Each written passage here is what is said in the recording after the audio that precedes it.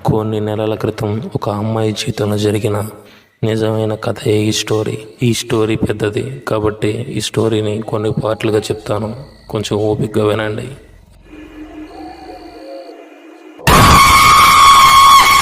Friends, ఈ video కొత్త వాళ్ళ ఇంట్రెస్టింగ్గా ఉంటుంది కాబట్టి ఈ వీడియోని చివరి దాకా చూడండి. ఇది మా విన్నపం, లేక మీరు పొద్దున్న తినే ఊతపం ఏదైనా అనుకోవచ్చు.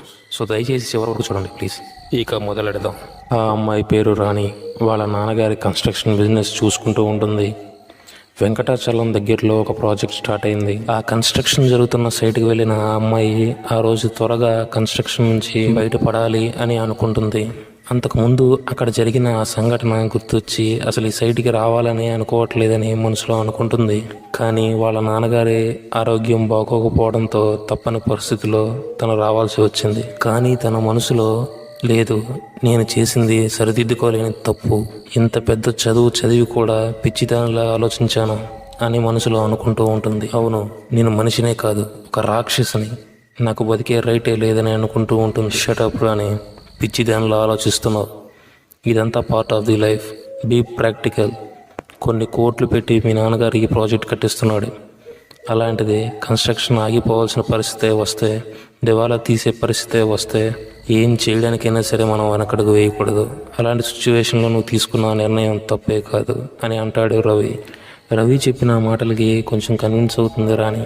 సరే రాణి, నువ్వు త్వరగా ఇంటికి వెళ్ళు, నాకు చిన్న పని ఉంది, ఆ పని చూసుకుని నేను కూడా ఇంటికి వస్తానని చెప్పి రవి బయటికి వెళ్ళిపోతాడు. రాణి ఆ కన్స్ట్రక్షన్ సైట్లోనే కొంచెం సేపు ఉండి పని మొత్తం అయిన తర్వాత కార్ తీసి ఇంటికి వెళ్తుంది. కారులో వెళ్తూ ఉండగా తను ఆలోచిస్తూ ఉంటుంది, కానీ నేను చేసింది ముమ్మాటికి తప్పే, అలా చేసి ఉండకూడదని అనుకుంటూ ఉంటుంది.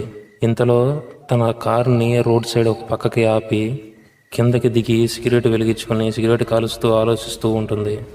అప్పుడు వస్తుంది ఫ్లాష్ బ్యాక్. అసలు రాణి ఏం చేసింది, ఆ కన్స్ట్రక్షన్ సైట్కి వెళ్ళాలంటే ఎందుకు అంత భయపడుతుంది?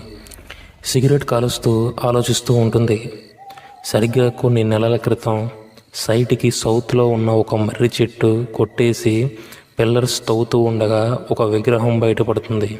చూడడానికి భయపెట్టేలా ఉన్న ఆ విగ్రహాన్ని చూసి క్రేన్ ఆపరేటర్, కపాలికుడి విగ్రహం బయటపడింది అంటే సైట్ కింద శ్మశానం ఉండి ఉంటుంది, ఇక ఈ ప్రాజెక్ట్ అయినట్లే అన్న ఆ మాటలు ఇంకా అమ్మాయి గుర్తుంటాయి.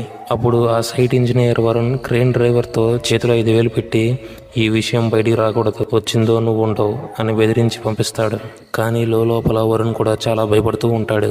మేడం, కొండకి ఆ పక్కన కడుతున్న రిసార్ట్స్లో కూడా ఇలానే ఒక విగ్రహం బయటపడింది. మిగతా పార్ట్నర్స్ చెబుతున్నా వినకుండా శాంతి చేయించకుండా కన్స్ట్రక్షన్ కంటిన్యూ చేశారు.